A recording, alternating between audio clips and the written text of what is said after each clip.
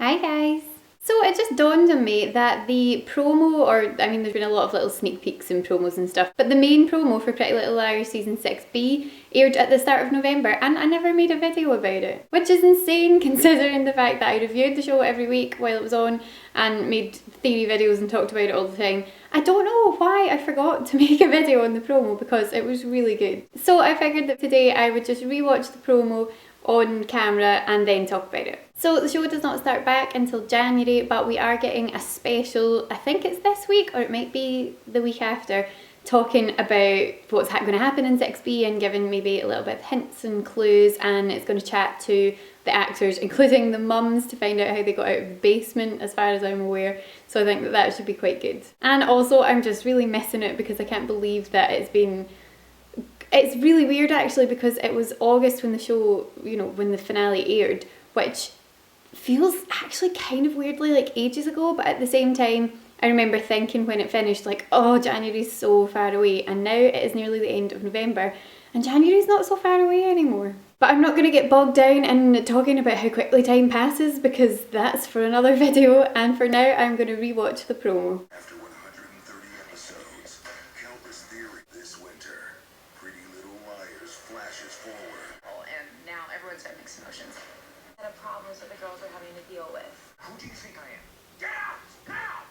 This time, Tuesday, January 12th, 8/7 Central on ABC Family. So I don't know about you guys, but I really enjoyed that. But I do have some questions. There are a couple of things that I take issue with, one in particular that I think I have to immediately discuss. Who is Hannah engaged to? Who is this guy? Because I can tell you, Hannah and Caleb wouldn't break up. Of all the couples on the show, the one that I think is least likely to split up would be Hannah and Caleb. Spencer and Toby, although I do love Spencer and Toby, they have broken up and got back together and it's been such a turbulent relationship and things haven't necessarily always been going particularly well for them that you could imagine that eventually it might all just get too much and they might break up. Same goes for Ari and Ezra. At the end of 6A they weren't even together, but had they decided to get back together, I could again easily see how they could end up splitting up. Their relationship was built on problems and rocky ground from day one. They had this connection. I actually did really like them together, even though in the early days I was like, this is so inappropriate. As it sort of went on, I was like, they should just get back together at some point, because it started to frustrate me that it just felt like all he did was kind of mope around after her. And so I did. I really liked them together again, but I felt that they might be more likely to split up because age difference, the whole situation with the teacher-student problems, family issues. Again, there always seemed to be some sort of problem or issue presenting itself that meant that the relationship wasn't going to last. Poor Emily has not really had much luck on the relationship side. I liked Emily and Paige until someone recently reminded me that Paige had tried to drown her in season 1, which I forgot about. And I think that that just shows you how much happens in Pretty Little Liars, that you could forget something as significant as someone trying to drown someone else. That had gone completely out of my head, and then my friend mentioned it recently and she was like, yeah, well, she did try and drown her, and I was like, completely forgot about that. Anyway, at the end of 6A, she is on her own. She's had a relationship sort of with Sarah, which, bless her, did not end well. So kind of putting Emily's relationships off the table. The one that we've got left is Hannah and Caleb. And for me, they were always the couple that were just right for each other, and it always just worked, and it always felt like it was going to last. They supported each other through everything. He was always there for her. There was that scene between Spencer and Caleb where she basically said to him, you are like the perfect boyfriend. We have to clone you because you're just so amazing. And oh, I loved them together. And I don't understand what could make them break up. At the end of 6A, they were in such a good place. Yeah, okay, in fairness, they'd gone through all the A stuff, but he'd got this really good job in New York. He'd found them an apartment. Everything seemed right. And it's just so frustrating. And I wonder if maybe what they're doing is they've split them up because that then gives them something to do with 6B in season 7. Other than whatever the mystery is, because I'm intrigued by that also, obviously. But I'm wondering if maybe there's an element of they're kind of too settled, and if they are going to be endgame, which you assume that they would be, they have to kind of work some drama in there so that it's not just a case of, oh, Hannah and Caleb plodding along. They did have that ridiculous situation in Ravenswood when he then went off with that girl and was away for ages and then came back all traumatised, during which point she had started dating the other guy. And so, yeah, okay, they split up at that point. But other than that, they've been such a solid unit. And I just, I wonder if maybe they think that it's too predictable and they want to have fans fighting for Hannah and Caleb getting back together, if you know what I mean. So that was my first issue. What I did quite like, and I've said this before, is that I really liked the friendship between Spencer and Caleb, and I liked how that had kind of developed over the seasons, that he would kind of turn to her to talk about things with Hannah and whatever. And I always thought that that was really nice, and I really like that they are evidently still close in the sort of 5-year flash forward. There were little kind of snippets of seeing them together, and I said in my Pretty Little Liars tag video, I think, it was the tag one, because I'd said in relation to a question, what's a couple that you would like to see happen but you don't think it would ever realistically happen, at which point I had said I don't want it to happen because I want Hannah and Caleb to stay together, but I think that Spencer and Caleb would make quite a nice couple just because of the chemistry between them. And so I've seen some people sort of being like, oh, maybe that's what's happening. And yeah, I don't know. I'm torn, because as I say, like, I actually think they would probably make quite an interesting couple, but I'm too pro Hannah and Caleb. Caleb forever. That's all I want. So when we get off my anger about the Hannah Caleb engagement situation, in terms of the actual mystery, it just feels, I thought it was going to annoy me because I was going to be like, oh, what's happening now? Like, they finally managed to get away from A and it kind of starts all over again. But I'm going to be honest, I think I'm going to love it, because the whole thing with Pretty Little Liars for me is that, as ridiculous as it is, it's just an enjoyable experience to watch all of this dramatic stuff unfold, and it is this kind of like roller coaster of like, it's a mystery and it's a guessing game and you're trying to figure out what it is. So even if it is kind of like, oh, one game ends and another game begins kind of thing, I kind of think I'm just going to really like that, because I love the experience of just watching this show. It's such total escapism, and you just get sucked into this like mystery where you're just constantly guessing and trying to figure out who it is. And so even if it is kind of just the same thing but moved on 5 years, I kind of don't care. I'm wondering how they're going to have the girls' friendships having been over these 5 years, because obviously they've been in completely different places, but hopefully they've still been in touch. I really wouldn't like it to be a case of like, oh, we're meeting up after 5 years and we've barely spoken or seen each other all this time.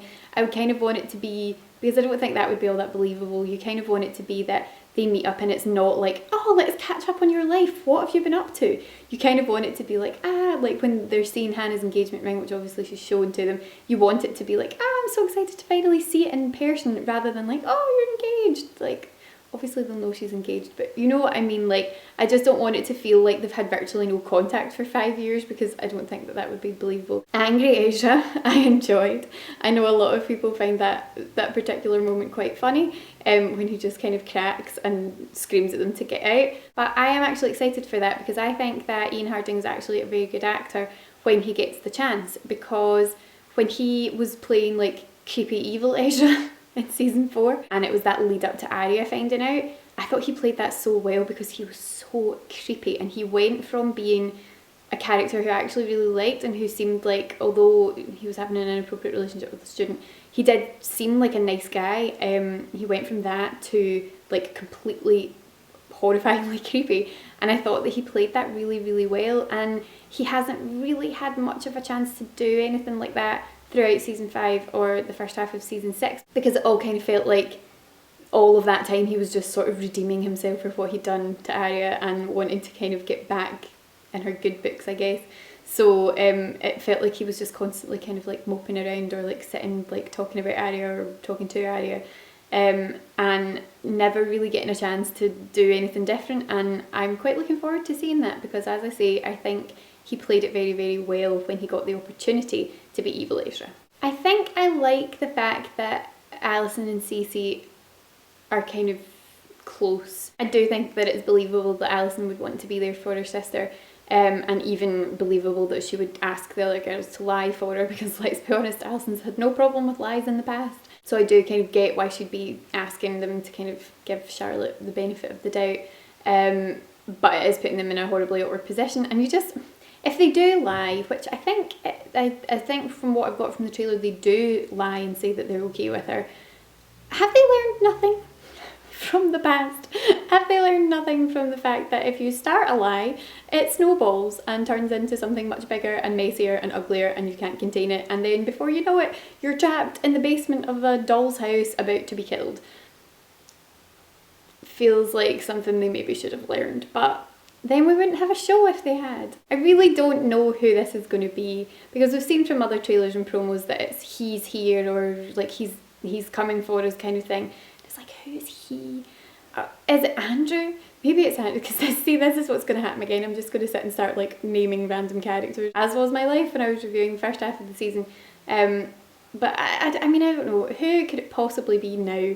Andrew, revenge for setting him up, potentially. I don't know. Jason, probably not, although in fairness, he is probably going to be incredibly messed up now that he realises that he dated his sister. Who else? I mean, I don't know. Ezra's cracked up and screamed at them and said, "Who do you think I am?" So do they think it's him? And what is all this stuff with the security footage where it's like, oh, and the text that says, "We know," or "I know what you did that night." What night? Is it the night of the whole Cece situation, or the night that A was revealed, or is this another night? And has it got something to do with Sarah? Because where does she fit into all of this? Again, it has to be someone who we already know, because they can't randomly bring in some man and be like, oh, this man's raging about this entire situation. Maybe Kenneth? Why would he be after them? I don't know. I'm just picking random men's names out of the pool of Rosewood characters. But yeah, I'm interested to see how this goes. I'm interested to see the interaction between the characters when they're supposed to have been separated for a while. So like Spencer and Toby, if they are supposed to have split up and she's moved to Washington from what I understand, then I'm quite interested to see their interactions when she's back in Rosewood. And Hannah and Caleb interactions if they've split up and she's getting married to someone else. Why she would do that, I don't know. But I'm quite excited to see how that all plays out. So let me know in the comments down below what you thought of the Pretty Little Liars promo or any of the sneak peek clips or whatever. And if you've enjoyed this video, please give it a thumbs up. I will be reviewing the next half of the season when it starts to air in January, and I've got lots of other film and TV related videos on here, so if you want to keep up with them, you can hit the subscribe button. Thank you so much for watching, guys. I hope that you're having a great week, and I'll speak to you again soon. Bye! Today I am going to do a twist on an existing tag, as I have done several times before, because I love the booktube world. I love to watch book related